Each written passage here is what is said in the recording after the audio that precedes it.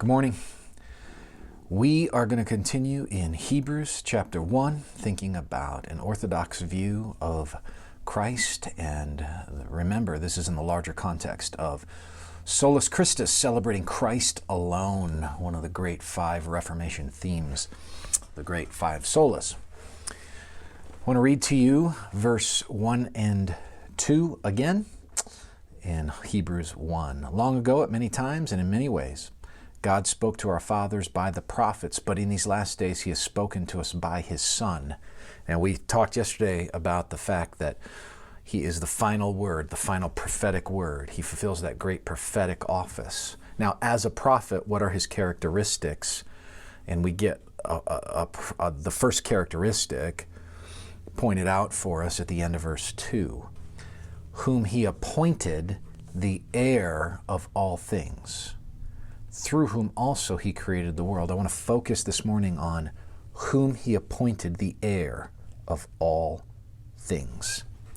Listen to Colossians chapter 1, verse 16. Now, you need to remember this. If you want to know about the deity of Jesus, a helpful tool that I've found over the years is simply to remember 3 ones. John 1, Colossians 1, Hebrews 1. When you think about those 3 ones, you find a treasure trove concerning the deity of Jesus. So here's Colossians 1 in the middle of what is often referred to as a Christ hymn, because it is H-Y-M-N. It has this sort of poetic cadence to it. Verse 15 of Colossians 1 reads, He is the image of the invisible God, the firstborn over all creation. Firstborn there is not that he was created. It has to do with the preeminent status of the firstborn. It's an emphasis upon his preeminence over all things. For by him all things were created in heaven and on earth, visible and invisible, whether thrones or dominions or rulers or authorities. All things were created through him and for him. Now, Hebrews 1 said he's appointed the heir of all things. The last prepositional phrase in Colossians 1:16 is probably the one that gets most overlooked. All things were created through him, right? All things, by him, all things were created. But the last phrase is created for him. For him. That is to say, the whole earth, the universe, everything that is his. He is appointed the heir of all things. It's setting up the final office of Jesus is going to be mentioned in Hebrews 1, verse 3, about him as king and alluded to.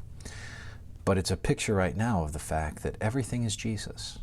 Everything is his. He is in ownership. He is the one who is the heir to receive all things. And that sense of appointed as an heir is that he is moving toward the consummation of all things, wherein he will be established as head of all. So you see a picture of Jesus as the only solus, ultimate head of all things. May you rest in that today. May you be reminded that He is the great one and He is the one we serve. So when we refer to Him as Lord, we're referring to Him as the one who will receive the full treasure trove of all things. And guess what that includes? That includes you. That includes you. You are Christ's if you are in Him today. May the Lord bless you.